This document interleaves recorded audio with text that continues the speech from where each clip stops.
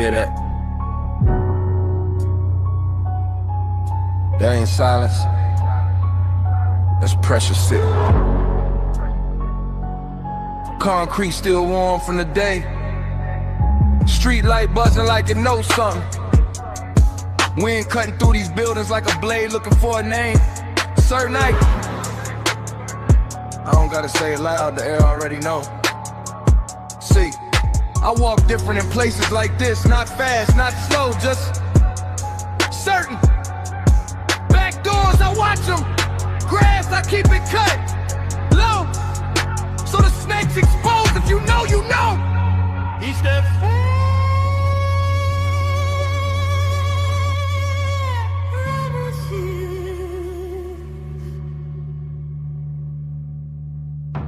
This ain't about comparison, I ain't measuring nobody, I ain't chasing. I'm him whether the crowd here or not.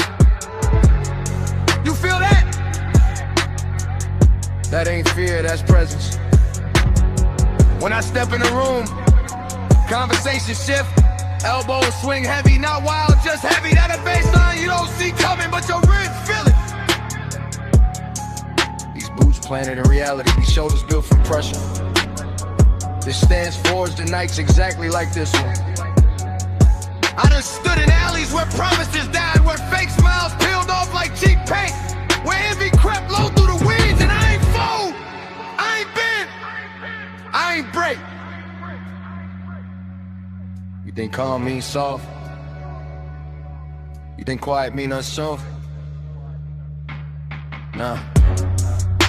Quiet mean already calculated. Quiet mean I already seen the angle. Quiet mean when I move it's final. Back door sealed, perimeter locked. Grass cut so clean I can see the slither before it twitch. You don't sneak on certain night. You don't outmaneuver still. You don't mistake stillness for weakness. I ain't here because I said it. I'm here because when I walk, the ground recognize it. When I breathe, the night ain't just. When I look at you, the truth get uncomfortable. You ever felt the presence that didn't need applause? That's me. You ever stood across from a man who don't need comparison to dominate the space? That's me. Certain night.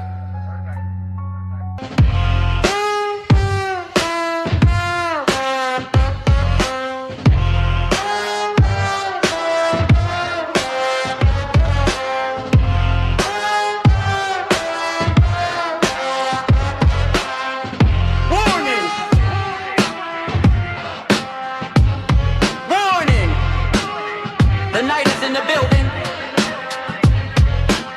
Warning!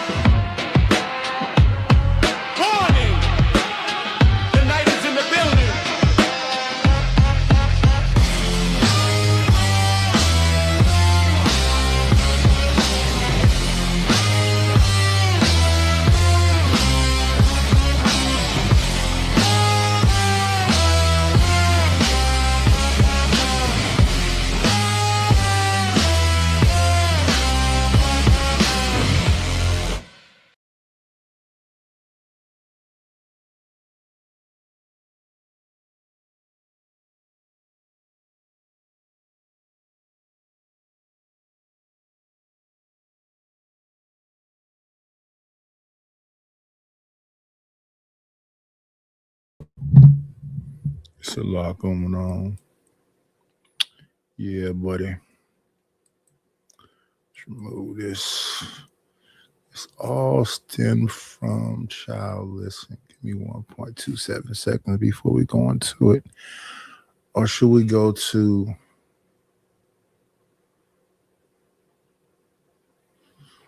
let me see right quick. That's not what we're going to do. Go here.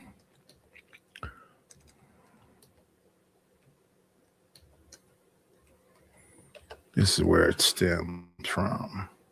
So this was then. Here we go.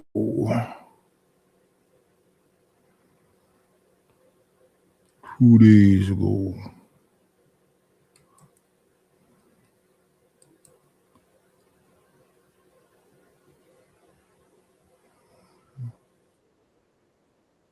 Let me see. Get the right spot.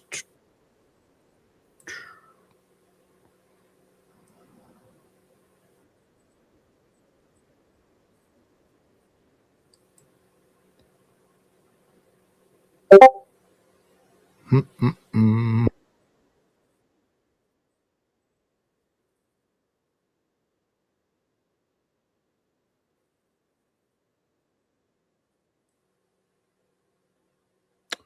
Do-do-do-do-do.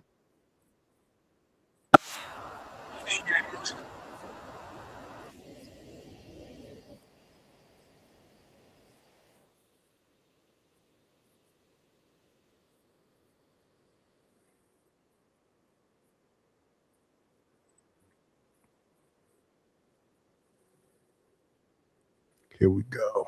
Found it. Let's make sure we get our banner up. Pow. And we're going to download this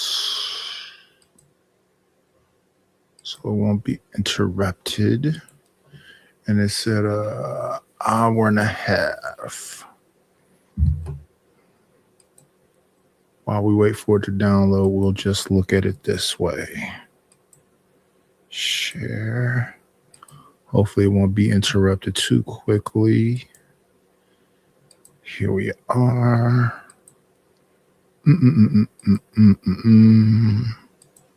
There we go.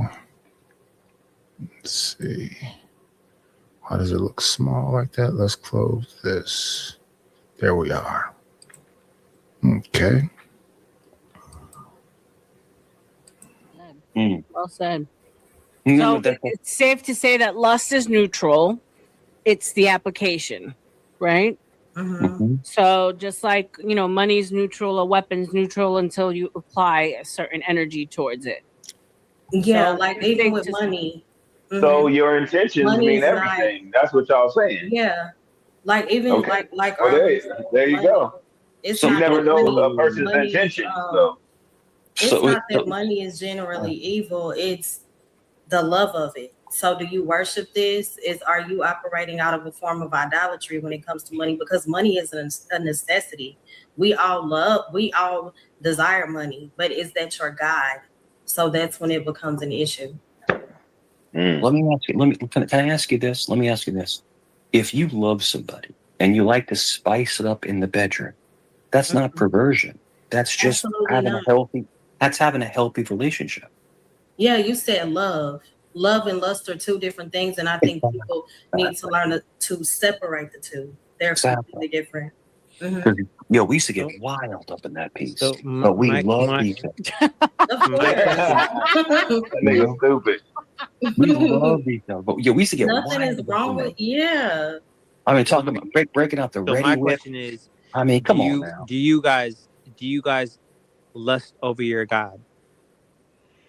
I don't think that I can put God and lust in the same sentence because lust is the God and lust don't even go together. Sure. Now, love, do I love my God? Absolutely. Do I lust over my God? God is love. We're trying to make something that's really nothing. That doesn't even make sense. Right, because you're saying ungoverned desire over God. I would. It doesn't even like. There's no. I mean, okay. So, would you use the term lust to to express the way you feel about God? No, because lust has a sexual undertone or connotation, or something obsessive. So, can you obsessively love God? That's an interesting question. Well, Right. let me And ask then you when this. Go ahead. you can't lust over God, because lust is by definition self-centered desire that seeks to consume. That Mm. seeks to consume. And when you understand God, God cannot be consumed. So that doesn't even make sense.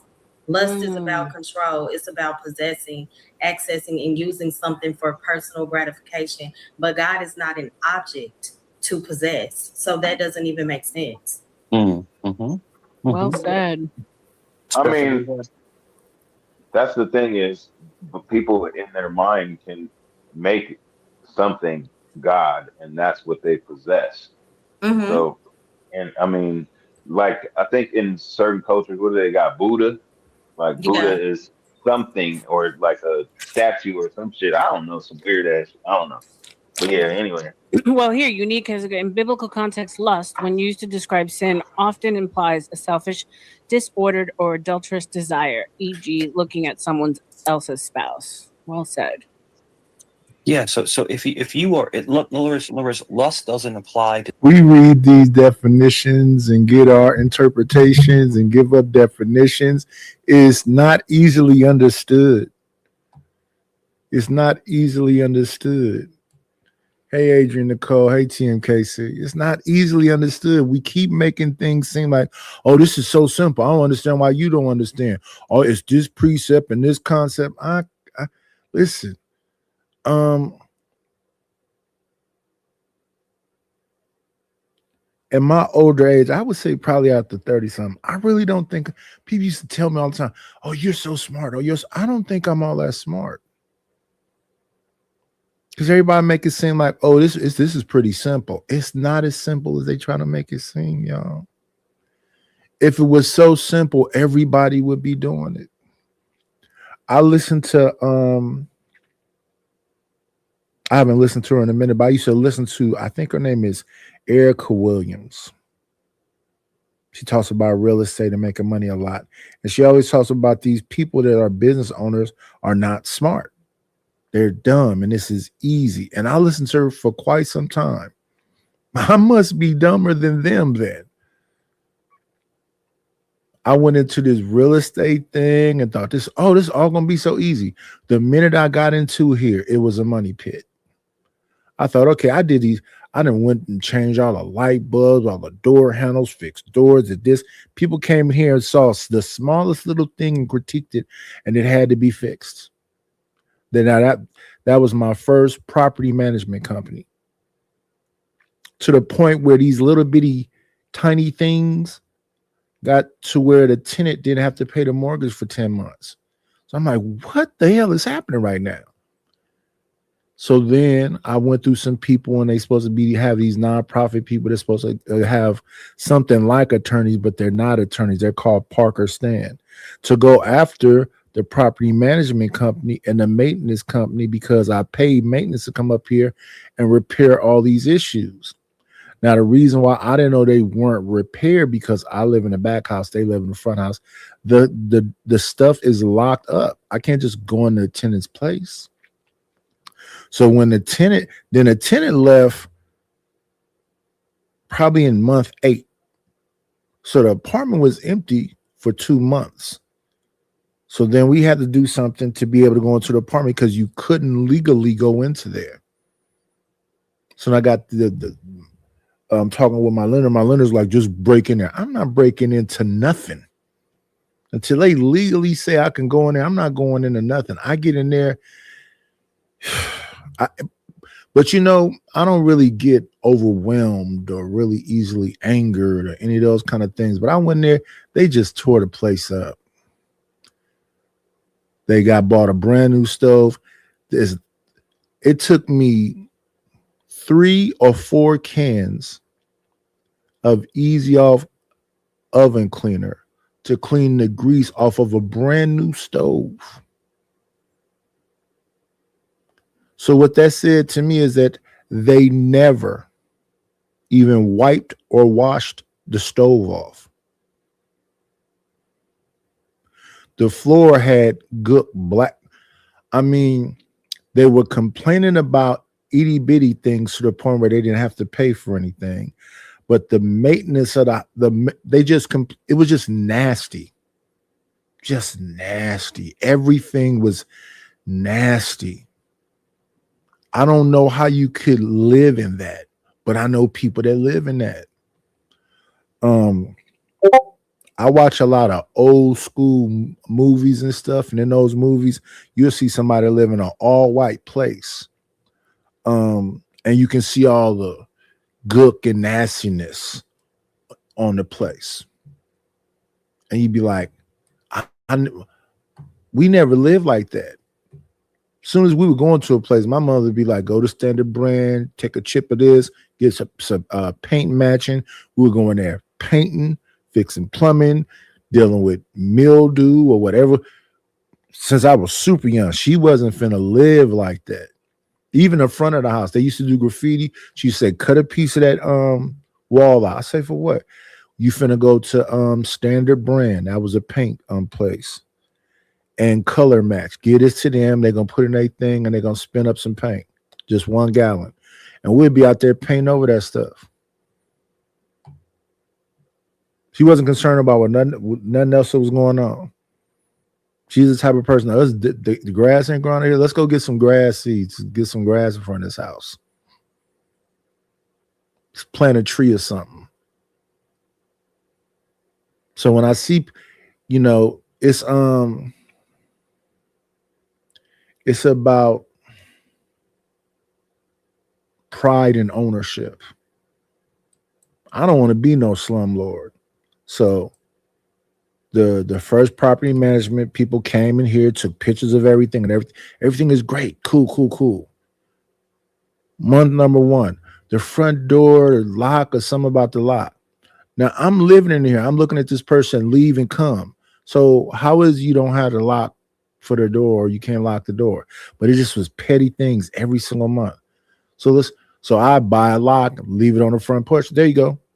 New entry door locks with the keys in there. I don't even need to have a copy of them. You can put. I'm not finna put no lock on nothing. Okay, so then the maintenance people come out here to put a lock on, $200 to take to the old locks, the old door handles off, because it's 4. It's the dead 2 deadbolts and 2 handles. To take $200, I got to get in the maintenance company evidently. $200 to change a lock. Then the next thing was the thermostat. Come to find out, the thermostat didn't have a battery in it. That's $75 to put a battery in a thermostat. Came in, medicine cabinets were perfectly fine. I get a picture. The medicine cabinet door is ripped off. It's like it's a 4-mirror medicine cabinet, because you can open up the 2 side doors, and it's like I don't know what they call them mirrors, where you can see both sides of your face in the front. But yeah, one of the doors is ripped off. And I'm starting to talk to the property management like, so when she destroys things, I have to pay for it. Why? Then a plug was blown out. I said, yeah, but the plug wasn't blown. Well, maybe because it's old outlets. Not those plugs in the bathroom. Those are new.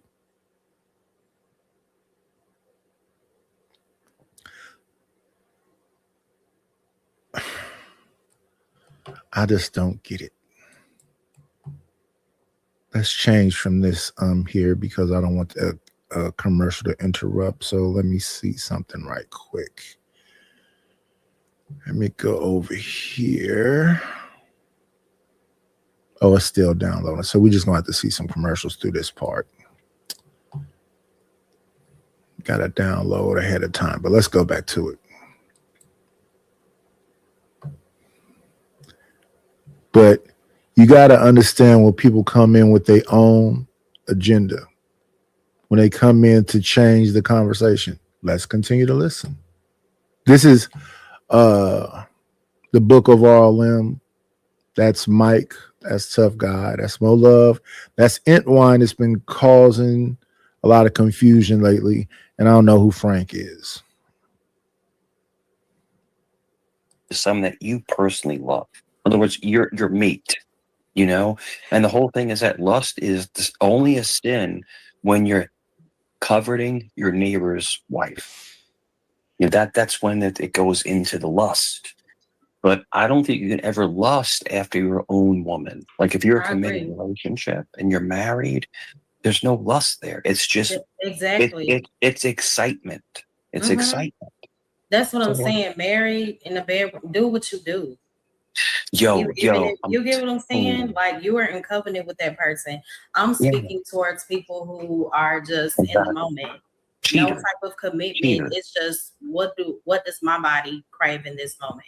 That's what lust is. And it's the greatest thing, young lady. The greatest thing is that when you do lust after a stranger and you're done, 99% of the time you feel like crap afterwards. What do they call that? Buyer's remorse. Post-nut clarity. It's like buyer's remorse. That's what we call it. Because girls do that shit. Girls be having sex with guys and then they be trying to like say that they did something to them, but they know that what they did. You know what I'm saying? Remember. But I'd like to give a little pushback on that clarity though, because people, a lot of the times when people say they've fallen out of love with their partner, what they're really saying is they've fallen out of lust, right? Because I still, to this day, love my ex. Like I wish him only the best. And God forbid if he called me tomorrow and he needed me for something, I would like to think that I would be there for him. And that's love, right? But my thing with that though, so when you have a new man, but you got this love that you never fell out with that old man, and you say, oh, no, I would just help him. There's nothing, there's not going to be anything that's going to violate. Yeah. Our money going to other people that was your ex-lovers, you don't think that's crazy? I got an old girlfriend that, we used to be intimate with. We ain't got no kids together or nothing, but I used to be with her. If she called me and she need her tire change, my new girl is going to be okay with that? That doesn't mean you have to hate that person. That just means that when stuff is over, why isn't it over? But I don't lust after him. So I think there is still a healthy level of lust that one should have with their partner, because without that lust, which is very important when it comes to your drive, your want, your desire for your partner, then it's easy to lose the love. I think you need that flame. And I think that's what fans out. And I think that's what people give up, because they equate love and lust to the same thing. I think we should separate them even when it comes to talking about your significant other. But we want to get to the conversation. I think the conversation starts to jump off when I get up there and he came back. All right, here. Let's go. It's not going to be anything. I'm just fucking with him. No, he said some shit crazy to me before. So until he did apologize. That's right. He did. I apologize to you, tough guy. I'm sorry. He did. Okay. All right. But see, that's the thing. Just paying attention to how he behaved after this, those apologies aren't real. Again, this is Antwine. Or they call him Antwine for some reason. We good. I think look, even on my last live, I gave kudos to RLM. I said, RLM leaving the gospel Bob, in my opinion, is a good thing. In my opinion. Now, there's other people that would disagree with me. You left? No, I'm not saying she left, but she's doing her own thing on her own terms. That's what I mean by that. Okay. I think she's, from my conclusion, I think she's still cool with them. I think she's still kikis and does her thing over there. Now, but look, me and Arlen's beef, I think it came from a misunderstanding at the end of the day. Looking at it from like looking out, looking in, I think it came from a misunderstanding, because there was a lot going on and there was a lot of. So first, beef with Tough Guy. Now second, beef with RLM. Listen. Emotions involved because I used to work for the Gospel of Bob, and I feel like, in my personal opinion, they did me dirty. So maybe I felt beef number 3. They said he did something. He said they did something. Now, that's Tough Guy, RLM, and the Gospel of Bob, and that's typically Skywalker and Ert, but he be over there with Ert, so I guess Ert ain't tripping no more. So that's Skywalker. So that's 4 people now, right? No, 3. RLM, Tough Guy, Skywalker. influenced by that emotion, and I still see her hanging out and talking to them. Maybe that fed into something somewhere at the point. But I think that I've told RLM this. I told her in the DMs. I told her, I think that the Gospel of Bob needs you than you need them. That's something that I've always told her. I mean, not always, but I have told her that.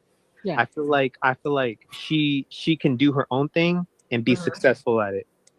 Now, look, everyone else that came into the beef, because at the end of the day, the beef came from dinner with 777. Right. Let's be real here. He came at me and he thought that I was just gonna be some little ass person on the internet and just take it.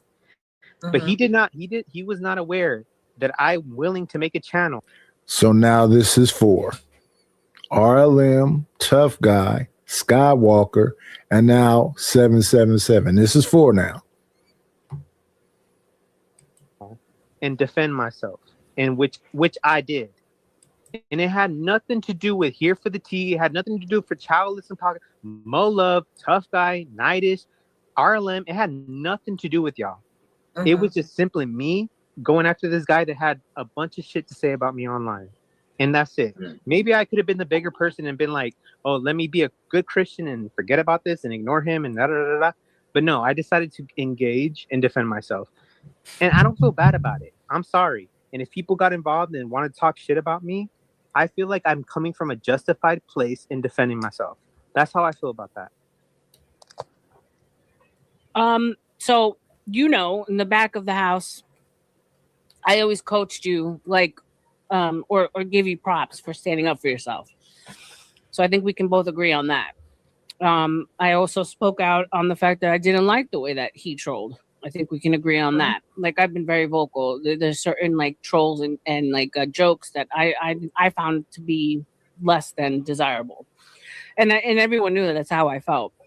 And I always told Anton, I'm like, I'm proud of you for standing up for yourself. Because there's only, there is only so much that someone can take on their sexuality, on who they are as a person before they have to fight back. And there was just certain lines that were, I guess, boundaries were made for certain people. Arlen, don't kiss my ass. Like, I feel like you're kissing my ass. Like, no, but I'm speaking honestly. This is honestly up until what went on. I think what happened is that other people got involved, and I think everyone kind of fed off of that energy, the drama energy, and then it just kind of spiraled. You know what I'm saying? But like I said before, we're all human. And like, if you got mad people in your ear or like in your circle telling you or pushing you to do something, or even like you're just feeling hurt and you want to get back at somebody, I think those are all just natural human responses. I think it's just like what you do with it after the fact, and I think we all learn something from it. I'll definitely not. I've learned I won't break the fourth wall. Like, I'm usually I'm a good vault when it comes to people's secrets, and I made a mistake and I repeated something I shouldn't have, and I own that. And because I did that, that's where it all spiraled from there. So I own that part. So it is what it is, though. I mean, like, did we hurt each other? Did we kill each other's family members? Did we right? No, and definitely not RLM. Like, I would honestly, RLM, like, I've always thought you're a baddie. Like, I've just thought that of you. I've always just thought you were a bad bitch. And honestly, like, I feel like, now thinking back, I kind of feel bad. Like, I kind of feel like I'm sorry. I shouldn't have came at you the way that I did. And honestly, if you want me to get rid of the videos, I'll do that right now. Like, I thought it was hysterical. I was like, damn, she's got a little ass waist, a big butt, and big ass titties. She looks a little mad. But like, shit, like it is what I it think is. that's the stream I was on. The one where you had RLM as the thumbnail. Yeah. Yeah. And look, I'm not trying to do that with y'all. Like, shit, I don't even know. Go ahead, y'all. I don't understand what's going on. To be honest, I just know that I was advised of something that took place the other night. So when you mentioned, could you hit the link? I just didn't see. I felt like they could have made room for a mess, and that would have got me off topic. But I was advised that you did a stream or something about my sister, so that will always be an issue with me. I don't even know what took place. I didn't find that out until I was live last night. You know. Person number 5. Person number 5. Let's see. Has it finished downloading? It has not. But yeah, that's the thing in these YouTube streets. People sometimes choose to be a character.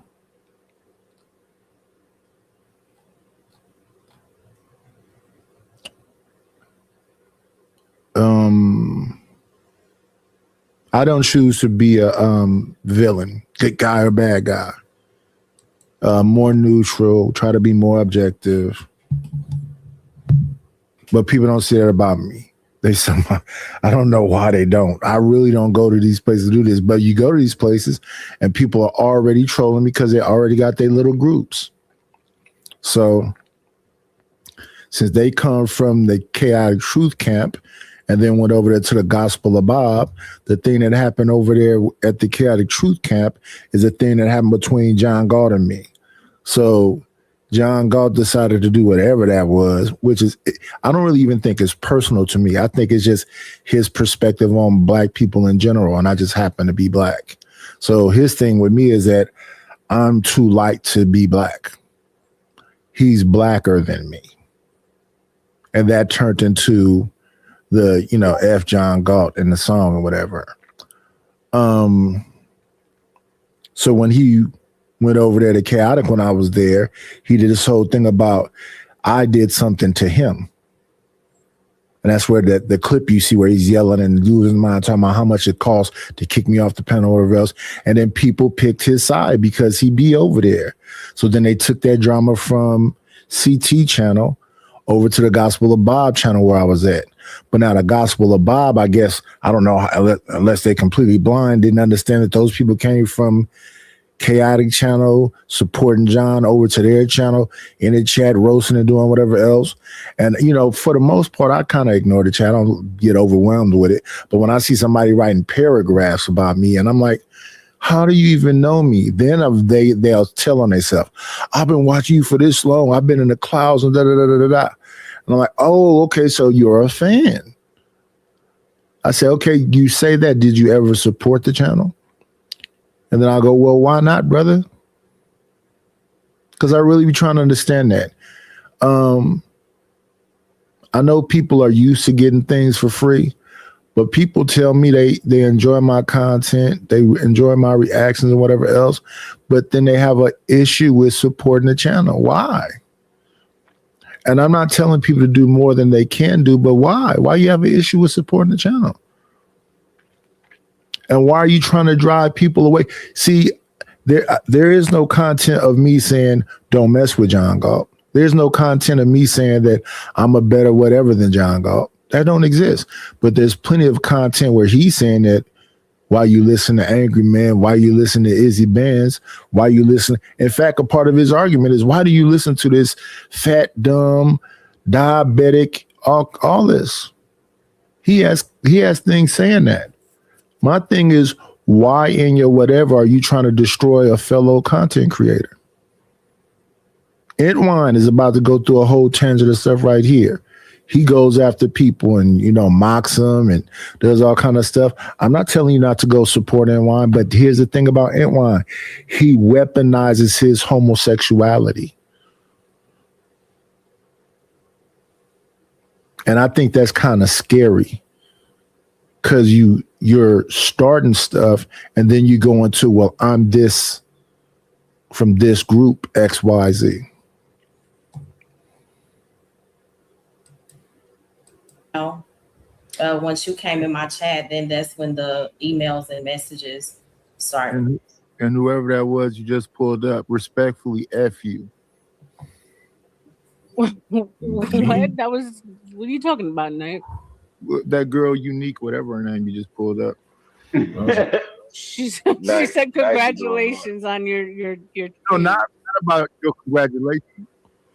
I'm just saying period. Oh, he's talking about Andrea. What her name is.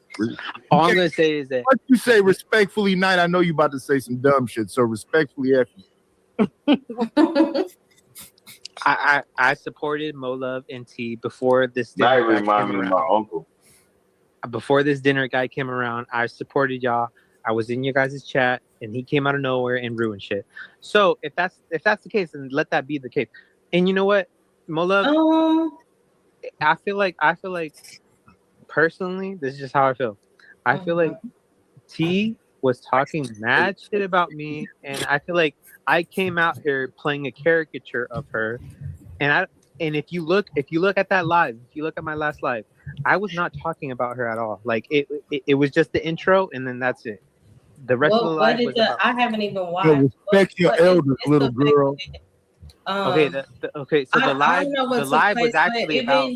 Even like 2 months ago, when somebody advised me that while my sister was streaming, you were showing her stream as she was live because of dinner. Hold on, y'all were because of dinner. Your peers, right? I understand, but your peers were making comments about my sister, calling her transformer.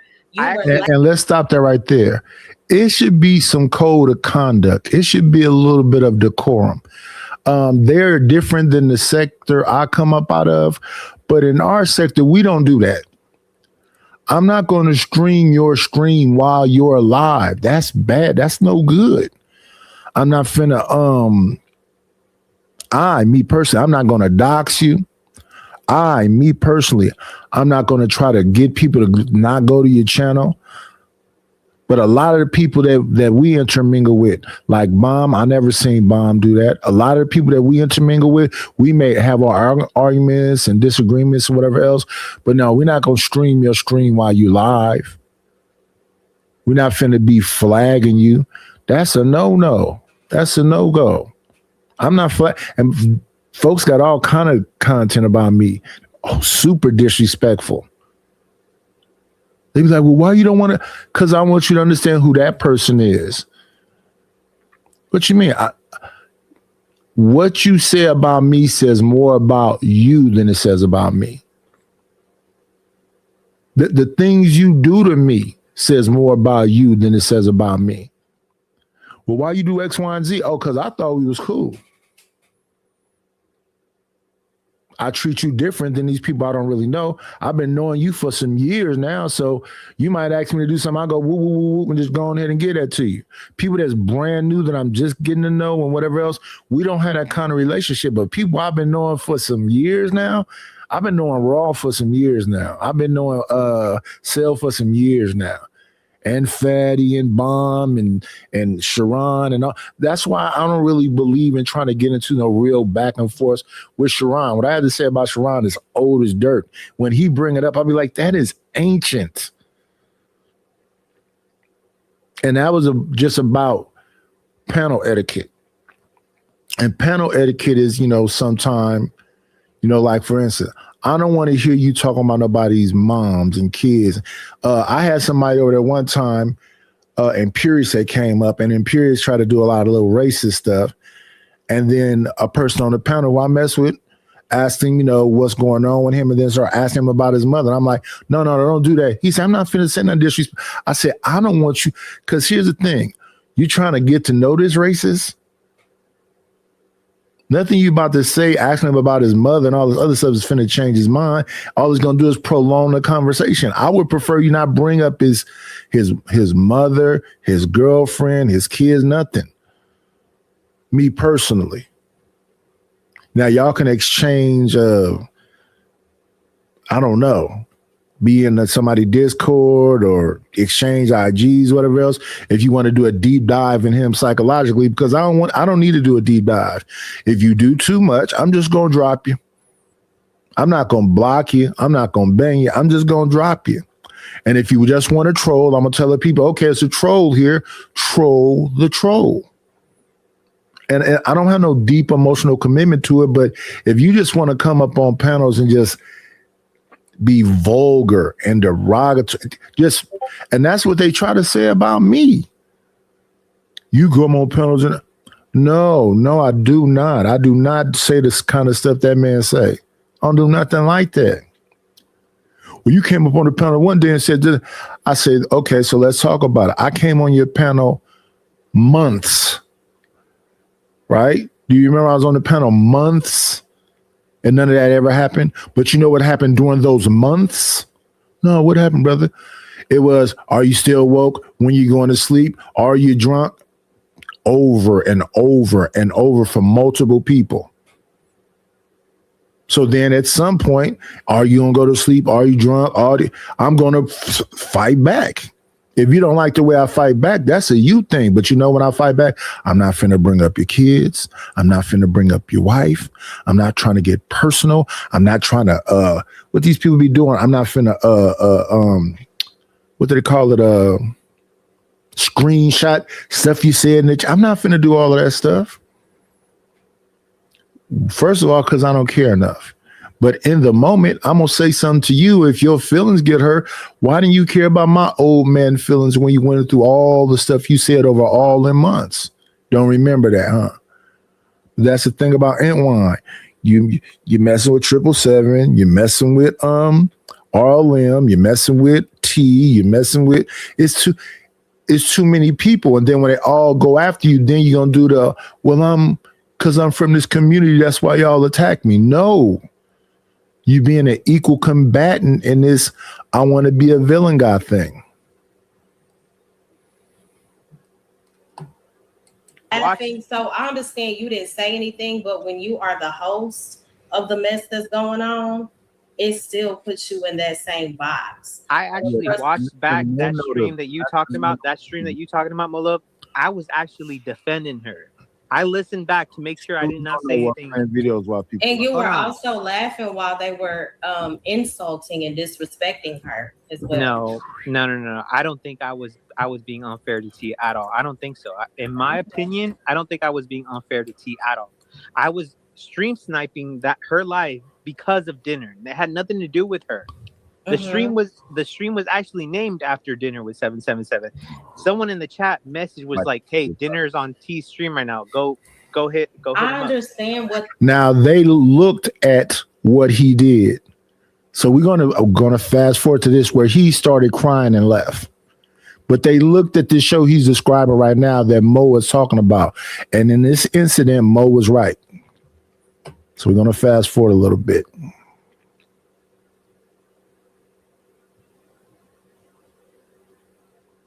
I don't see me loving nobody but you. Oh, so it was pretty quick because I don't see him on here no more.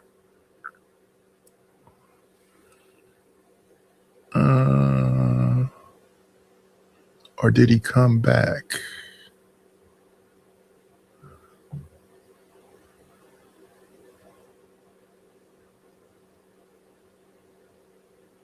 Oh, so he's going to do it shortly. Much more time. Let's let it play then. The objective was, but when I chimed in, you were showing my sister's live stream. Yeah, that's right. And that puts her in the mess. And the people on the panel were disrespecting her, joking about her. So regardless of what the stream was about initially, it took a turn. And when I chimed in again, my sister was the topic of discussion. So, okay, then I'll take that L. Then if that's what you guys want to put me on, that I'm like messy like that I'm trying to go after everyone or something like that. Don't put words in my mouth. I'm just Don't take it personal. Just the only keep thing letting that me I know will how say she feels. was when I saw the stream. This is something I saw with my own eyes, not he say she say.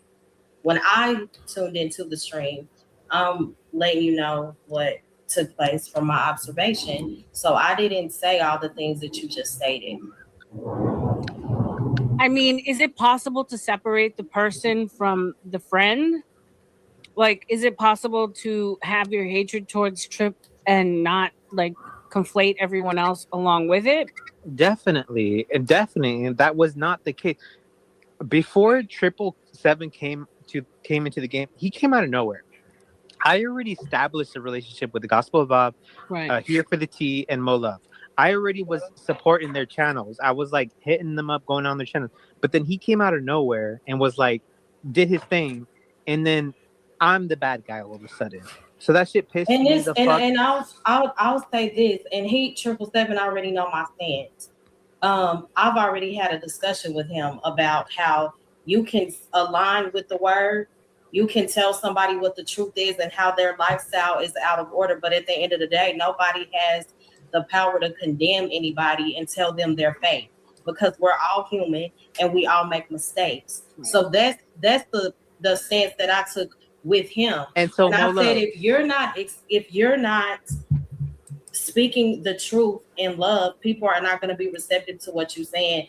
Telling people you're going to rape their family or whatever, telling them they got diseases, there's no wisdom in that. So that's the part of the behavior that I call out, regardless if it's 777, whoever it is.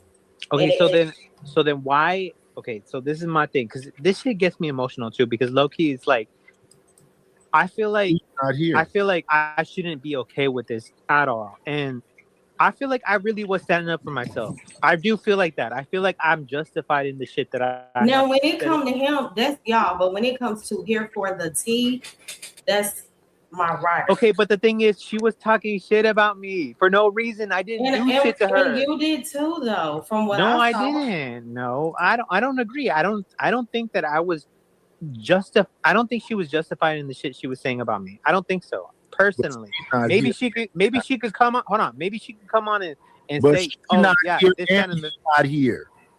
Yeah, she's not here. We could like organize it. Yeah, to have like. Yeah, and keep in mind. Oh, I'm sorry, Arlen. Go ahead. I was gonna say, keep in mind.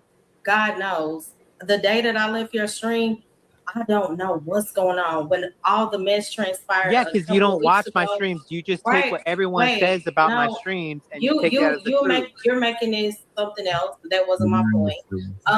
So I didn't know all of this mess transpired. The last I knew, you and RLM was at odds and she was cussing you out. That's how much out of the loop I am. So to see you in her chat tonight was a shock to me. You're correct. I don't frequent your channel. I don't frequent a lot of channels. You don't. So please don't take it personal. It's not, because it's Antoine, my love, don't support. No. A lot of people will say you don't support my show, and it's not personal. I have a very full life outside of, the streams that I do and going on my sister's lives, but I don't want you to feel like you're singled out. When you do talk about my sister, then yeah, you can't care nothing about that stuff. It becomes personal because again, we're two content creators that are good. Hold on real quick. So a lot of the conversations about somebody like you're gonna get dropped and timed out because they're arguing right now. All that shit is gonna blow over like whatever. Yeah, and a lot cares. A lot of the conversations about F it, it's just YouTube. Don't take anything. Like this personal. Little girl in the chat.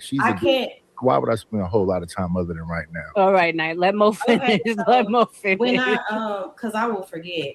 So the stance of F it's just YouTube. Don't take it personal.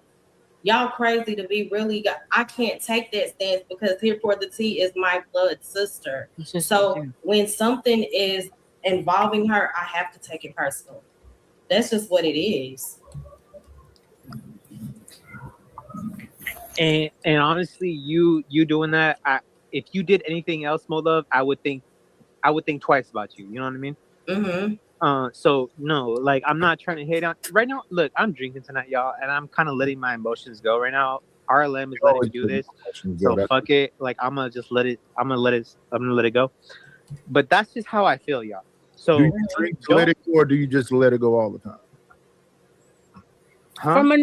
From a neutral standpoint, like from a place of looking from the outside looking in, I think where the anguish comes in is that from the outside, I'm not saying that this is the case, that the trip just gets a lot more allowances on saying some crazy ass shit that other people get held to the fire for. Yeah.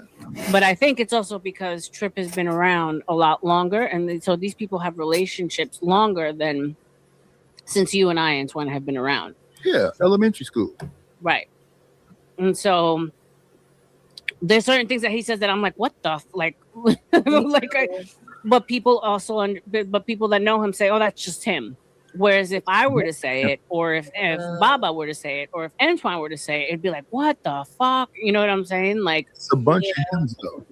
Yeah. And that's why we go back and forth. And shout out to 777, but he knows that when Mo Love hits the link, if you say something completely out of order, and I know that I'm not the moral police, but when you get to talking about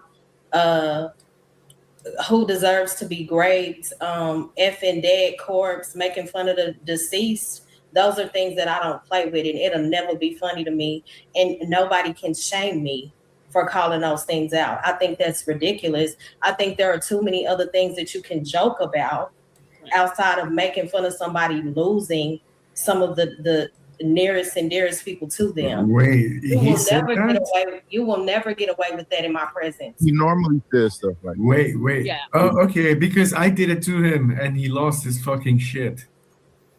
Well, he was probably waiting for you to do it to him. I did it about his mother, and you know, it was just, and he got so. And if offended, somebody you know? does that to him, if somebody was to make fun of whatever, like 777 losing somebody, Yeah, but it's they wrong. get the same smoke. I'm gonna call that person out. So Okay, the same way Can I just like say like the things that frustrate me? Like I'm gonna be completely honest. I'm gonna be all that vulnerable. stuff you said at first wasn't the thing. No, hold on, Night. I held on twice. All those things you said earlier wasn't the things that frustrate you. No. So why did you say all that shit then? You could have just okay. Well, Night. Then let me explain it. Then. Okay. But her listen as much. Okay. You can change the whole direction of the show. Night, you're not even in this drama. So what are you doing? It ain't no drama. You just making up shit to be mad about. Yeah. You drunk to be fake mad.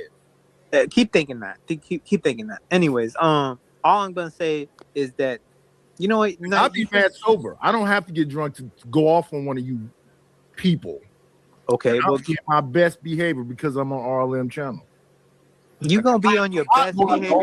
You gonna be on your best behavior regardless. First of all, Ireland, you look so cute. Oh, thank you, Mama. All I'm gonna say, I don't want. Look, I'm gonna sound like a little bitch right now because that's the internet sector that we're in right now. Because everything, whenever you decide to be the victim, you're a bitch. But anyways, this guy has said that I'm a pedophile. This guy has said that I have AIDS. This guy has said that I'm having sex with my dad and my uncle. What else? This guy has said that just the most. Yeah, it's been some pretty vile shit. Have you been? Like, did you really just say that? Have you been listening to YouTube this week? Okay, no. Okay, shut the fuck up. I'm asking you a question Shut the because fuck that up. word's been used repetitively this week. Okay, Well, so did you, this is what I'm talking about. I cannot be vulnerable with y'all because y'all make fun of me. See, here we go. No, I'm not making fun. I said that's pretty vile shit. Like for me, the deal breaker was he would get a blowjob from a 16-year-old. Yeah, that's crazy. Legal or not, and I don't even mean to laugh because that's when I was like, okay. And then, so RLM. So what I'm saying is that why can't I make a skit about it and make a joke out of this shit? Like that's my fucking approach. Because if I don't do that, then I'm gonna fucking go crazy and shit. Did you know do what I mean? Obviously, he didn't do those things, Knight. He didn't do a skit about it? No. Oh yeah, he did a skit. He didn't do the actual. What are you talking about? If I don't do it, you did do it. I don't think anybody had a problem with the skit. I think it's when the collateral damage came in, when all the other people got like tied into it. That's what I think it kind of went left, you know? Because I mean, to be honest, the way that I've only ever seen the way that, shout out to T, that she's managed her channel, even with Trip up on the panel, she would let you up, Antoine. She would let you up to say your piece, so she wouldn't side automatically. Who? T. No. She would let me up. She would let me up, but she would talk shit about me while she's doing it. Okay. I would have to go. I that's not, as a watcher, the perspective I got from her. I always saw that she was trying to be as fair as possible, like neutral, without being biased. And at the end of the day, you have to accept a little. I have a clip of her literally the first time this came up on her channel, of her letting 777 and Michael Dookie just saying the most vile shit. I'm gonna go to hell. I'm the biggest faggot, or blah blah blah blah. And she was just there being like, "Oh yeah, just stop, guys." And then when I wanted to come up on her channel, she was not letting me up. She was like, Antoine, you're gonna bring the drama. You're gonna bring the issues. You're gonna bring. And then I'm like, but you're letting them say such vile shit about me on your channel right now. But I'm gonna bring the drama. I'm literally backstage on StreamYard. And she's telling me, no, I can't let you up. I can't let you up. I have a clip of this. I have a literally clip of this, of her doing this. And you want to say that I'm the problem? I'm not saying. No, I'm not. I wasn't saying you were the problem. I'm just saying, as an observer, from what I've seen, I haven't seen everything, obviously, so I can't say I've seen it all. But the times that I did watch, she would let you up and at the very least speak your piece. Like for some reason, I feel like y'all, this community, which is fine, which is completely fine. I feel like I'm not saying you guys specifically, but I'm saying like the majority of people in this community don't like the fact that I'm fucking gay and then I'm outspoken and being gay. So let me say this, Antoine. Anytime that he's taking that position, I remind him again, none of us can condemn anybody to hell. We all have things that then Moda, why did you let that Freezy and listen, let me say that your conversation with Freezy had nothing to do with me. As me being the woman, if you notice on my channel, when men are conversing, a lot of times I sit back and let y'all have it. Yeah. So don't blame me. You know how me and I'm not. I never blamed you for that. I never blamed you for that, my love. Right, but let me say this. Deal with me how you deal with me. How did I handle you when you were asking me questions about your life? I told you what the word says and why it would be out of order. And and that's why I like you. You know what? The people that handled you incorrectly, the people that say that they align with the word, because you can speak the truth. But if you come from a I feel like y'all are trying to make me seem like I'm like some crazy ass person. Not me. No, because I feel like y'all are trying to make me seem like I'm some crazy ass person. Don't put are you putting more love in that box? No, I feel like that. I feel like that right now. I really feel like y'all are making me seem like I'm some crazy ass person, and all I do is defend myself online from you motherfuckers because y'all are the crazy ones. Y'all are the crazy ones. Antoine, your problem. And see, this is the kind of thing some of these people do in the space. JP is one of them. They come up there talking about something completely different. This is supposed to be about dark triad women. That's what the conversation was about. They was talking about lust before he got up there. Dark female psychology, women in media. Dark female psychology, women in media. They were talking about lust before he got there. And he turned it into who he's beefing with. And y'all people are doing something to him. I don't mess with him. I understand he's gay. He come over to my channel. Him, 10th man, your choice of sexuality, why does it have to be public? I mean, we're on the channel, we're talking about a subject matter. I don't come on panels and go, listen, y'all, I'm a heterosexual. I don't get because you like dudes why you need to make an announcement everywhere you go. I'm confused. Don't get me wrong. I'm not talking crazy. I don't get that. And then it'd be talking so long. Nobody else can talk because now it's the Entwine show. Or if JP comes up there, all his issues with women. Now it's the JP show. Pay attention to them people that just come to your channel just make it all about them. Now me, I'm pretty sure I was sober that night, but when people do that right there, it's not a lot of things that bother me that people do on these YouTube streets. But when people come over and just totally dominate your show, it's a few people that, you know, used to be on my channel too that would do that. But if it's just them there, I'll let them rock out. But if we got a panel, you can't just be long-winded and then get mad at me because I'm saying, listen, it's a bunch of people up here. You do this all the time. No, but let me finish. No, listen what I'm saying. I've heard it all. And if people that watch the channel, and they do, they've heard it all. You're not saying nothing new, brother. But I want to finish my point. You have a whole channel. Show after show after show. It's the same thing. We get it. We get it. We get it. Everyone throw all them Molotov cocktails, and then when they come back at him, he do this right here. It's crazy.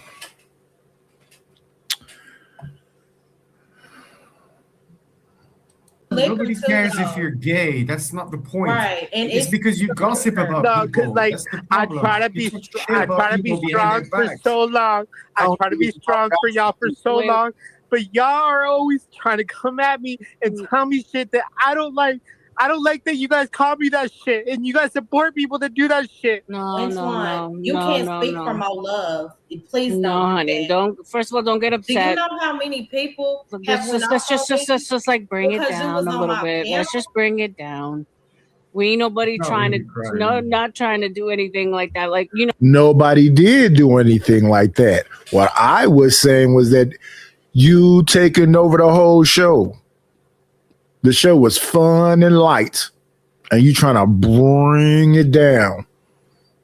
After saying, but when I went after Lim, I think she misunderstood it. And then when I went after 777 is because he said something to me. And then when I went after Tough Guy, you know, I just said, and then right after this, right after this show, you doubled down.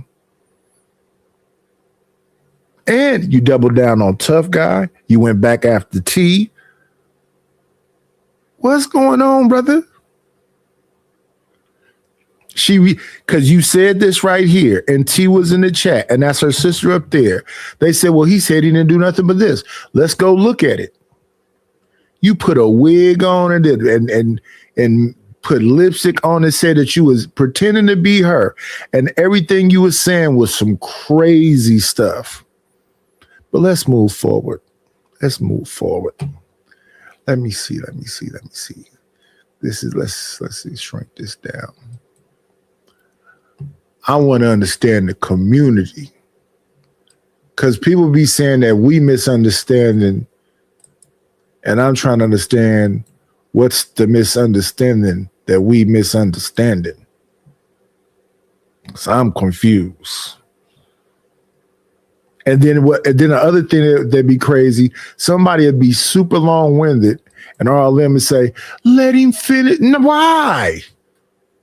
Why? If you leave him alone, he'll never stop talking. If you leave him alone, there will never be no end to that.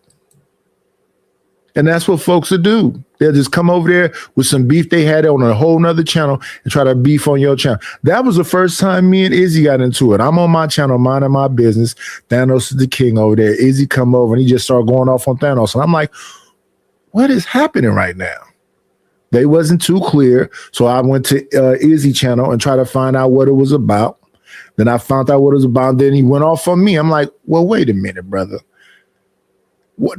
Is that fair? Because I've never done it on this channel. We years in later. I don't care what's going on. I'm not finna take something that's going on between me and one person and then come over and try to derail your complete show. I'm on Chaotic channel. I'm up there, we chopping it up. I'm not getting into it with nobody. And we got a chat full of people that's roasting me. I'm not responding to them. We got people on the panel cracking jokes. Chaotic is laughing at it. I'm not saying nothing to them. I'm keeping it moving. I'm talking about the topic, the subject matter. Then John come up there screaming, "I must have dropped this." I'm like, that's wild. And instantly, Chaotic drive me boot. Why? Because John is more of a chaotic truth person. He'd be over there more. That's favoritism. I don't like favoritism. I don't like doing that hierarchy stuff. Angry Man came to my channel one day, and I mess with Angry Man, but I'm not finna do no hierarchy stuff. He is one of the pillars of the manosphere, but he don't mess with the manosphere no more. But he is one of the pillars from the manosphere. I acknowledge that. But I like to treat the whole panel fair. When Raw come over, when whoever come over, I like to have balance. I don't like nobody come over there. And even sometimes Rawdon came over there and she's like, nice, pull this up. And I'll be like, I don't want to be in the middle of it. I don't want to be in the middle of it, and I don't want to show no favoritism.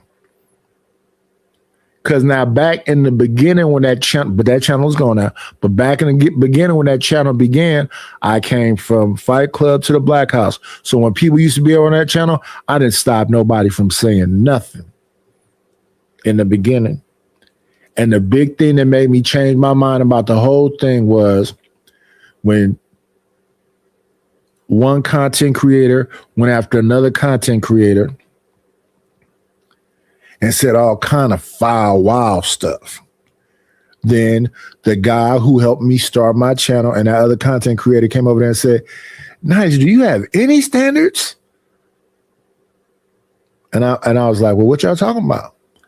Like, do you have any standards?" I said, to be honest with you, we heard this kind of stuff on Fight Club. They said, "So you trying to make this another Fight Club?" I said, "No." Then I said, "Well, we had this kind of skirmishes in the Black House." He said, "So you trying to be a mini Black House?" I said, "No, but these are the people from them places." And then they sat down, and I'm chopping it up with them because I'm trying to have an honest conversation. And they said, "But like in real life, what is your say?" I said, "In real life, I wouldn't be around none of these people. I would never be involved in none of this. I'm a loner. I'm a private person. In my real life, I rarely do any yelling. Yelling? No. Not a whole lot of talking, like hi and bye. Community know me. The majority of the talking I do was when I was around them scouts. Because we had like Pinewood derbies and they had to do planning. They had to learn how to put tents together and all this kind of stuff. But even there, not a whole lot of talking, more so showing people how to do it. The kids came to the house one night and camped in the backyard. When I initially built the sheds, I painted them the scout color. They were green and brown. Before I decided to make that like awning that looks like a stage, and I put that heart up there because, I thought me and my wife would be sitting up there. Initially, I was going to put a fleur-de-lis like the scouts.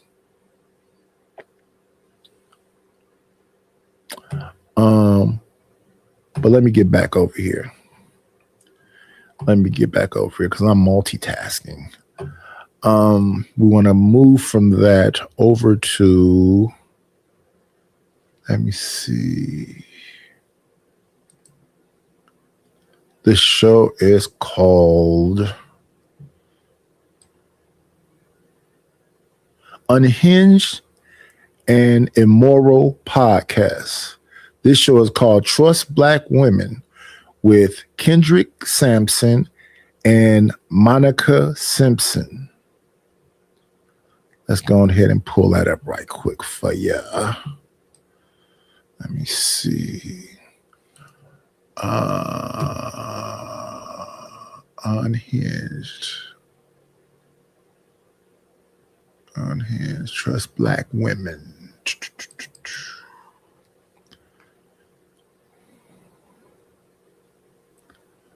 Let me be. I don't like it.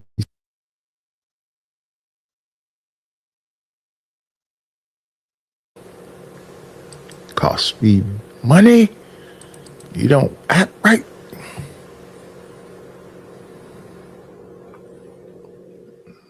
I don't know why it's dragging, but it's dragging. Maybe if we cancel this. Come on. Okay. Here we are. It is called Trust Black Women. She flowing in that cash talk, walking the booth like Naomi on the catwalk. That's how them bitches whoop whoop from the Jaguar. It ain't even right though. Push me and I might go. She ain't getting money. I'm like, what the fuck the hype for? When them bitches bite flow, make my appetite go. Poof, gone, voila, magic. Looking mad good just to pull up on them brand band. What's up, y'all? Welcome back to another. Okay. Got it all. Now let's go to the 7 stages of pulling this crap up. 2, 3.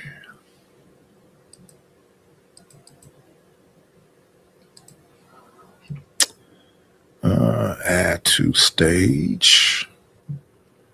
And here we are. Trust Black Women. Now it says trust Black women, but this is not going to be it's going to be about the alphabet community. But the name of the show is Trust Black Women. No, the name of the show is Unhinged and Immoral Podcast. But the title of the show is Trust Black Women. Let's go. Episode of Unhinged and Immoral. Today we're doing something a little bit different, a little bit special. We have 2 people here who were a part of the Sister Song Round Table. First off, I want to introduce Monica Ray Simpson. She is the executive director of Sister Song, a Southern-based national women of color reproductive justice collective. Monica is a proud Black queer feminist and also an HBCU grad. For over 20 years, Monica has been organizing extensively for LGBTQ liberation, civil and human rights, and sexual and reproductive justice on a Southern to global scale. As a creative and cultural strategist, Monica lives by the charges set by Nina Simone that says, it's an artist's duty to reflect the times, and it is deeply committed to using the power of cultural organizing to educate and ignite the masses and dismantle systems of oppression. Mm-hmm. And that's what we need. We do. Mm-hmm. Okay. And we also have here Kendrick Sampson. Well, y'all may know him as Nathan. Yeah. Do people keep calling you Nathan in the streets? I don't know. I ignore it. I only hear Kendrick. Okay. But come on now. Of course. You know yes. Also in How to Get Away with Murder, The Vampire Diaries, All American, and also an activist in them streets. You know what I'm saying? Be in the street. Mm-hmm. You know, having a good time. Well, with the big dog over here. You know what I'm saying? Executive director. Yes. Well, welcome to Unhinged and Immoral. You know, we are going to be talking about some serious things. We have our serious face. Exactly. It's going to get political because everything is political. Everything is political. But it is Unhinged and Immoral. Okay. So we're going to also cut up. Let's do it. A little bit. As we naturally do. Okay. Let's get straight into it. Mm-hmm. I'm very curious to know how both of you got into advocacy and activism work. Yeah. Yeah. Okay. You're the big boss, so you start. Inspire me. I grew up in a very small rural town in North Carolina, like one of those one stoplight towns. Mm-hmm. It's called Wingate, North Carolina. Nobody knows where it's from. But in this town, and because of where it was situated in the world, like the building that was like one of the biggest buildings in our city was the Jesse Helms Welcome Center. And so those who don't know, Jesse Helms was a very racist, not great individual. And so I grew up with that as my backdrop. Mm-hmm. And I grew up in a place that was very Black and white. I grew up in a single parent home. And so the experiences I had in my community, I was having so many questions like, why are the police always over here? Why is it that, we can't get access to the things that we need in this community? And I didn't have language around like the economic justice of a thing or criminal, justice or abolition. Like these are words I had to learn very, very much later in life. But those experiences in my life is what really led me to this work of social justice. Mm-hmm. I also grew up in a town where almost every young girl in my church, which was the epicenter of my community, was pregnant before graduating high school. We only had comprehensive sex education. Nobody had access to really understanding what was going on with their bodies. And I was always that little girl sitting in rooms with grown people asking questions that we're never getting any answers to. And I think one of the most pivotal moments for me, outside of like realizing that I didn't have what I needed around my own bodily autonomy and like being able to make those decisions for myself, was having an encounter with police in my community at a very young age. And after that happened, I was like, Mama, we gotta let's fight for this, let's do this. And realizing that my mother felt so helpless in a lot of ways. And I was like, there has to be a way for me to do life in a way where these are not my circumstances and these are not the circumstances of my community. So all of those things and a myriad of other things is what led me towards understanding that I knew that I wanted to do work in this world that was changing the conditions for other people because I wanted them changed for myself. And when I came out in my HBCU, thought that was going to be a fun experience. And it was on many levels, but it was. Now, let me say this here. I understand what she's saying about the whole community and whatever else. And I don't know how you separate it up. But when I hear about this activism, the blurred line is, when I hear a lot of these people that identify what she just identified, it also has a misandrous angle to it. So when you listen to these people talk, one of the bigger things amongst that conversation is black men bad or men in general bad. The patriarchy must be taken down. So, see what I'm saying? So if this man is a part of that community and she's a part of that community and they're talking about rights and being empowered, a lot of the times the threat is a man. Well, as your girl Doechii said, one of her biggest red flags is a heterosexual man. So I guess he's okay because he's a part of the community. And when I hear certain people talk, they say things like, we need to let these boys play with dolls and do this and be free and come out and blah, blah, blah. Being a heterosexual man and thinking about being younger, there was dolls around. Wasn't nobody tripping off a Barbie or any kind of doll.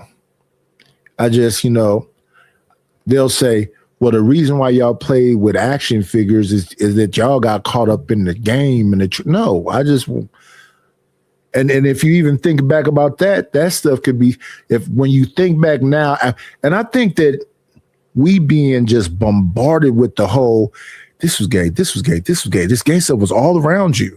So that could be a subconscious mind because that's where they talk about stuff. So they'll say, like when I was young, I used to watch the Thundercats and Lion now. Well, you didn't think he was gay? We used to watch wrestling. You didn't think that was gay? No.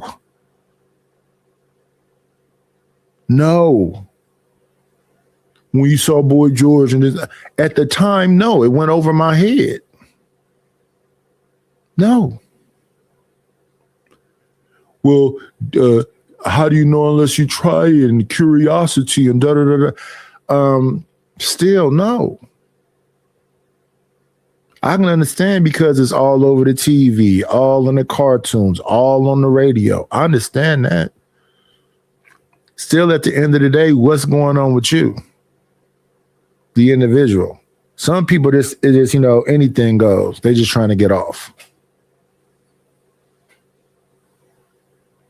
But yeah, when I listen to this stuff and we listen to the people in this space, listen a little bit more, listen a little bit more and be conscious of the stuff that people are saying around you.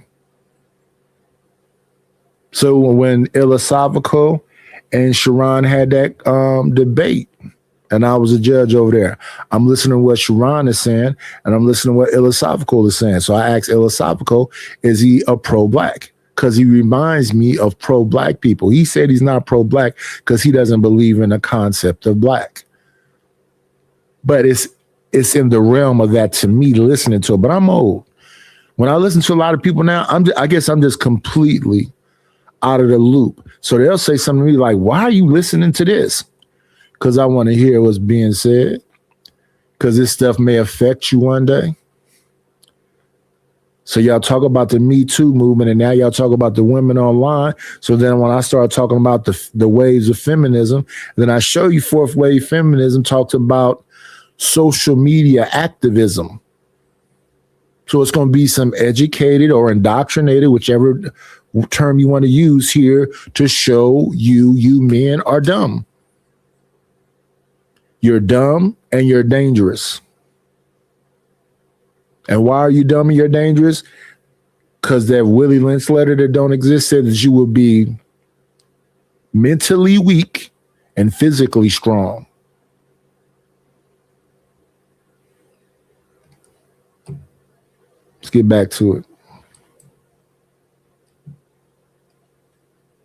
However, I realized how even in that instance, bodily autonomy came up to me there, and feeling like I was being ostracized because I was a, gay student in a college, in the 99 and 2000s. It was not an easy time. Yeah. It was a fun time, but it was not an easy time to come out as a gay Black woman on an HBCU. And so many of those experiences led me towards this work. And yeah, that's kind of like what really got me started, from like those beginning kind of experiences for myself. Yeah. Come on, Y2K gay. I'm just I am so gonna make a T-shirt that says that Y2K gay. You said the 9. What HBCU did you go to, Monica? I went to Johnson C. Smith University in Charlotte, North Carolina. Okay. And I loved it. I mean, it was an incredible experience, but I did drop out of school like 3 times. When I came out. It took me a minute to finish. I mean, you know what I'm saying? And for me, it was, I was a great student, but because when I came out, it was just so hard. And so I dropped out like 3 times, and I eventually finished and finished really, really well. Period. But yeah, that was my HBCU experience. Wonderful. Yeah. Well, I can't say it's changed too much. No. Even when we was there, it was like that. This was fantastic. I've been inspired. I'm gonna go. That was really beautiful. I mean, I ain't got the college stories because didn't quite make it there. I went to Samson University. That is my last name. In the streets of LA. I was saying Sam Houston. I was gonna be like, not Not quite. quite, yeah. You feel me? Yes. No, I honestly, mine was just that I was always a misfit. I didn't fit in nowhere, and I didn't mind it. I just wanted to figure out why. And it made me study different cultures. I mean, even we were always on the crux of something. We was always on the edge of something. In between worlds. Like my family was super, super country, but they had made it to the city. And we lived literally between the country and the city. My grandma's town was like 300 people. And I was always, we also had white, Mexican, and Black folks in the family. And the Black folks in the family didn't like the white folks too much. Well, with very good reason. Well, you know what I'm saying? I mean? Well, yeah. And there were different politics. And understanding I had to go to a different school every year, literally every single year. We got either kicked out, had to move, whatever it was. And I always had to figure out what the culture was and how to thrive in it despite not fitting in. And my goal always, in high school, we created the first, because there were fraternities, high school fraternities and sororities in stepping at the Houston. school. Yeah, Oh my God. in Houston. And our school was so racist, they kicked ours out for popping once. We did a look. And they said, you gotta. They said, and no, so you got served. one That's good- just too one urban for good- me. One good glute, and it was. They said we were gang for popping. Wow. Here's the thing. and so I went on. This was I didn't think it was activism by any means, but I went around and got a petition from all the teachers. This shit was racist. Blah blah blah blah Yeah, blah. that is activism. Exactly. I didn't think it at the time at all. Yeah. We was more worried about everybody was getting shot back then. Astroworld was getting shut down, and we were trying to figure out how to save each other. But I was like, what's gonna save us is having this little misfit crew over here. We don't fit in, we gonna fit in together over here, and we're gonna do what we need to do to make sure that we're good in this school, and that we make that who kicked us out pay, and make sure he has the consequences for his actions. But They were extremely racist. I thought I would move to LA and find something completely different. My goal was, as soon as I graduate, it can't be racist on the West they're Coast, hippies. not as the South. No, it's not gonna be that way. Wrong. Yeah. Wrong. It's just a different brand. Institutional around my way. You know what I'm saying? Yeah. And I went to this church. I thought this woman, Marilyn Bovian, who is now my sister, but she, at the time, my mom introduced me. She was friends with her boss, and so she became family super quickly. First person I met, I thought she was a producer. I thought she was gonna be putting me in movies. She put me in church. Okay. And when Let's sit you down. she wanted me to have a really tight. It was a very small 200, 300 person church, and she wanted me to have a tight community. And that pastor, Frank Wilson, ended up being from Houston, and he would always make sure I was fed. And I really looked up to him, and what he said was, he told us that during the holidays, everybody go and ask each other for gifts. He was like, Jesus wasn't there for y'all to have a gift given. He was like, what would the gift to Jesus be on his birthday? Because you like people coming to your birthday and asking for gifts. And so he was like, you got to go and talk to the folks that need it.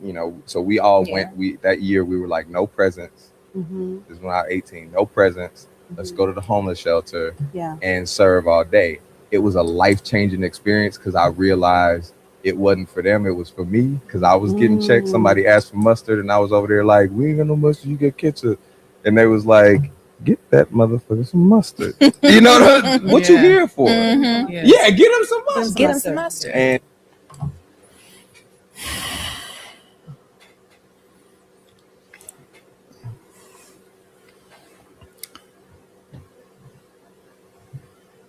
listening,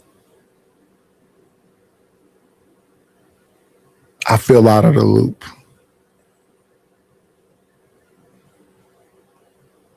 I listened to Killer Mike. He says his real name on his show. I listen to Killer Mike, and maybe he's woke or whatever. And I don't have no like animus towards the alphabet community. It's no anger or I don't want no harm to come to them. But sometime when I'm listening to them, it seemed like I could be wrong. They're blacker than me, if that makes sense. Because it's certain people in these streets that are saying stuff about alphabet communities and feminism and all these other things. And at the same time, they have a misandrous tinge to it. So we looked at a clip. It was Marquette, the saint in the center, talking to another fellow content creator, Stanley Cross, called a librarian. But she wasn't a librarian. She was a feminist, but an old school one. And what Marquette was trying to get across, and I don't think Stanley understood, was that he thinks that the feminist movement has been taken over by the alphabet community, and some of those alphabet ladies are misandrous towards men.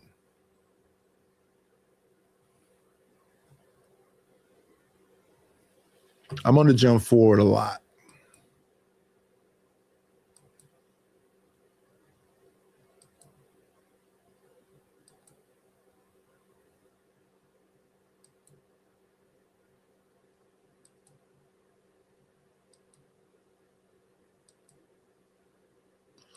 Let me see. Listen, it's a really tough wing. It is. Reproductive rights is tough because no one, I wouldn't say no one, a lot of people don't understand it in general. Even women. Even women who have had children don't understand it. Listen. And it's a lot. It's difficult. I am a labor doula. Well, I just retired actually. But yes, come on, labor doula. Yes. I was about to say, when we get into that, I saw that. I was like, wait a minute. I love this. Thank you for your service. Well, thank you. Yes. And a part of that, the reasoning to which I decided to go into that line of work was Number one, my own labor and delivery story, which was its own thing. Yeah, that's real. And learning about the statistics of Black women dying, and I'm like, well, what's going on? Yeah, what's going? We hold on now, something ain't right. That It's just don't make no sense. And what's always going to be the case is whenever we have these laws that get passed, it's always going to hurt those more marginalized groups first and foremost and Every the time. hardest. And that's really just kind of what it is. I remember talking to somebody about how these abortion bans are going to negatively affect women who want their children. I'm like, y'all don't understand how all the things are connected. Correlated. There are doctors leaving hospitals because they can't perform their jobs. There are hospitals closing, maternity wings closing, and the criminalization that doctors are now scared of being faced with, which is also causing them to want to shrink and not be able to provide healthcare in the ways that we need them to. Absolutely. Yeah. And even with the funding aspect, like there's so many things that we got to fix for the maternity wing. Like it's so bad when it comes to funding. We already know healthcare is underfunded. Absolutely. But the maternity wing is even more underfunded. It's hard. They're always understaffed. I mean, people gonna be having them babies, y'all. I don't know what y'all thought was gonna happen. I don't understand. And if you ban an abortion, more people gonna have babies. So you would think that more funding Right. would go. Ain't got no Right. sense. So now it lets me know this is a scheme that Todd set up. Todd is always setting up schemes. Todd ain't never gonna be. It's always Todd. It's really interesting because I don't think that enough people understand the interconnectedness of it all. Yeah. Right. I think that people think about babies over here. They think about sex over here. They think about abortion way over there because we don't ever want to talk about that. Like we think about fertility or infertility over here. We think about all of these things in these very interesting buckets and silos. And that is not helpful for us. When you think about what you just said, Jamila, about, and most people don't even understand about, all these different things, it's because we were not taught to. At all. I grew up in a town that was abstinence only sex education, which means they were saying, don't do it. Don't do it. I was definitely doing it. Yeah, because now I'm interested. I'm going to do it. So, I mean, people are going to do it. And I remember, y'all, real talk, this is so funny. For my prom, they were like, if y'all sign the prom promise and don't have sex during prom, then you will then get a certificate to get a pizza from Pizza Hut. And I am a girl that loves food and I love Pizza Hut back in the day. And so I was like, well, I'm going to sign this prom promise and get this pizza because I got my sausage pizza. And I definitely had sex at prom. For sure. You know what I'm saying? Sure. And I'm going to in boots after. Thank you. Every single time. But I'm saying. Wait a minute. She deceived the people to get the pizza and then broke the promise? We just gonna skip over that?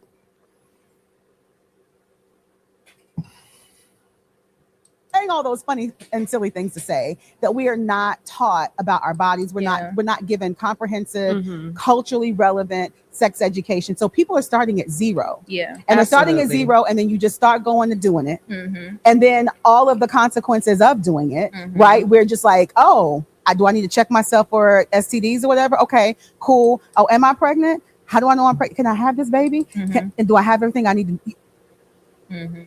The purpose of this work of reproductive justice is helping people understand that all of this is a continuum. It's all connected to each other. And if you believe in racial justice, if you believe in Black liberation, if you believe in all these things that Black folks are putting their fists in the air for every single day, and you're not putting your fist in the air for reproductive justice and for maternal health and for Black women to be able to have the abortions that they need and to be safe, if you're not putting in your fist in the air, then you have a very short-sighted view of liberation, in my opinion, right? Because these things are not, they're all inextricably linked to each other. You're cutting yourself off from your true power. Listen.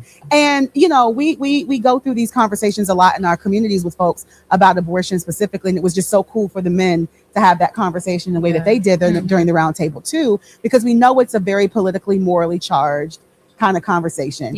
Our church roots, our respectability politics, all the different things make these types of conversations around sex and more specifically abortion very hard for people to have. And what we always say to people is you can have whatever view you want to. I'm not out here trying to be your evangelist to make you a thing. What I am saying though is that the government and nobody else should be making any laws that make it impossible for me to be able to have access to what I need for my own health care. And in Georgia, we lost 2 Black women. We told them Sister Song was at the forefront of fighting against this abortion ban from the very beginning. We sued the state, the governor, all the different things, right? And we're still in a battle around these things. But we told them, but if you put this abortion ban in place, that Black women are going to die. Yeah. We said that. Yeah. And we keep saying it. And we keep saying it. And the first reports that came out, thank God to ProPublica for putting those things out. But the first reports that came out was that 2 Black women lost their lives because of this abortion ban. Yeah. You know what I'm saying? So it's just like, I need people to understand the severity of this issue. It is not just about whether or not you want to talk about it or not. Yeah. People are losing their lives. They are dying. Yeah.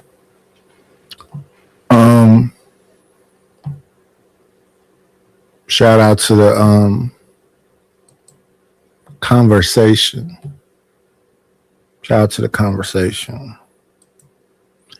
We're going to move from that because we got people that don't even want to listen to the conversation. It was that thing that happened with Antwine and whatever else, and then when he started crying and weaponized the alphabet community at the end.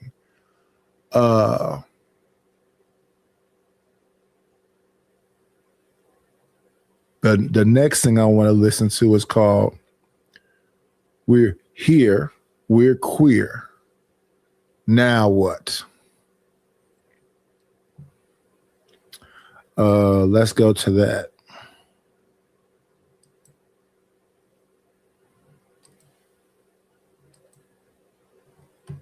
Let's go to that.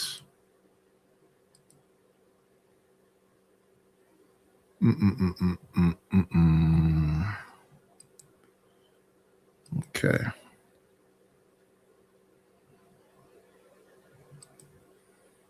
Because I think a lot of people just ignore all this stuff that's taking place and how they're galvanizing and the kind of power that they have. And it's kind of lightweight scary to think that somebody's smiling, doing all this stuff, and they lightweight think you a month. They rather pick the bear.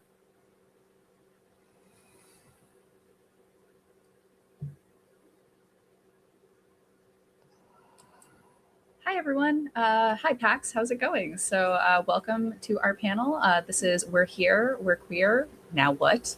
So this is going to be an LGBTQ focused panel about working in the industry, working on games with queer content, and just talking a little bit about, our personal experiences as developers within this space.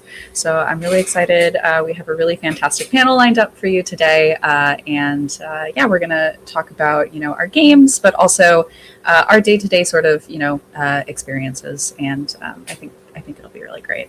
So to kick off introductions, hello, my name is Cheska. I am a game designer and developer currently based in Wisconsin. My pronouns are she, her, and I'm currently employed at Fulbright as a designer. Just recently started there. I'm really excited. And I also work on independent games, mostly multiplayer content or narrative-focused games. And the last thing that I'll mention is I also teach Introduction to Game Development for Marginalized Genders through an organization called Code Coven. So please check us out. We're entirely remote and online, and I'm really passionate about helping others get into games and start making their own games. So passing it off to the panel, let's go through and we'll do some quick introductions. Sure. I'll get started.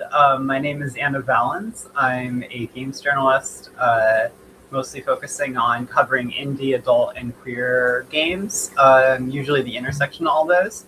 I'm also an adult game developer myself, and I'm a sex worker as well that has a pretty big client base of geeky fandom, gamer queers. So I sit in a very interesting intersection there. And my pronouns are she, her.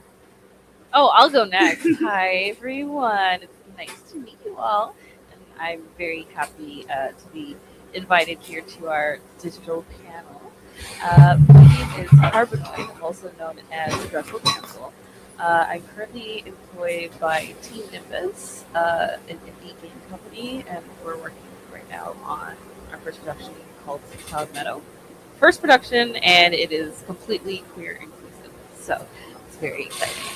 I'm also non-binary. I use they them pronouns. Oh, I'm also hold on. We're talking about other things.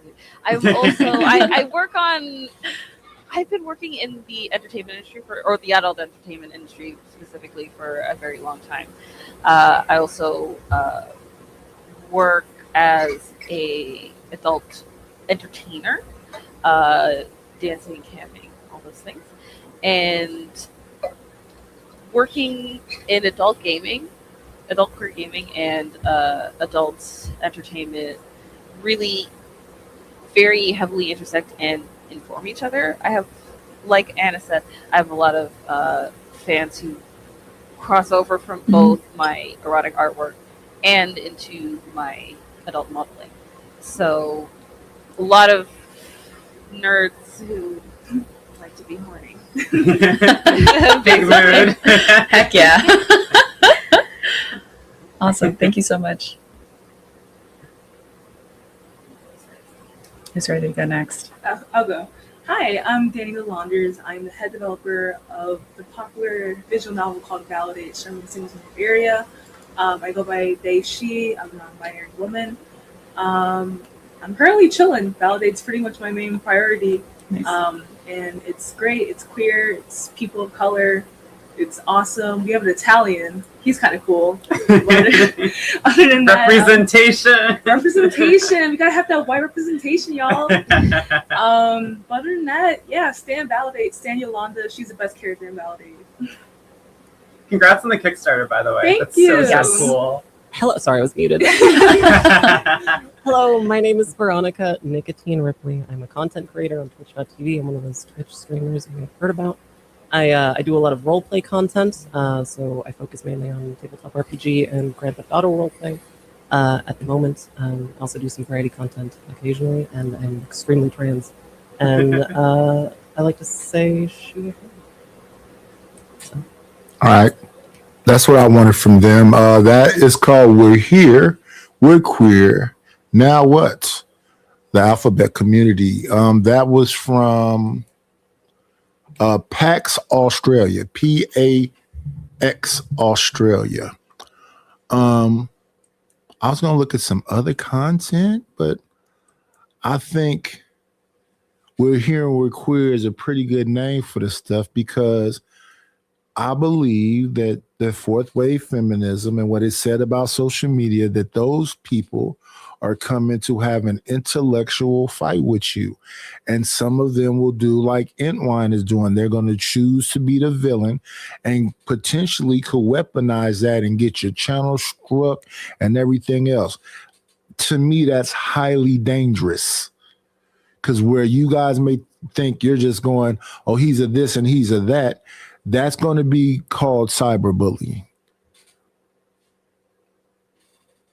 That's going to be if you piss him off for real, like he just did what he did there, and he weaponizes that, that's going to hurt you. So for him to show your broadcast while you're live streaming, that's a no-no. But I don't think he has any boundaries or whatever his pronouns are, because I don't want to mispronounce him because I'm learning all these things. But like we always do at this time, I love that TMKC came through. I love that Adrian Nicole is supporting me. We're starting back up on the grind. And we're just going to keep on working and get back to where we need to be. But for right now, we'll shut this motherfucker down. And be great.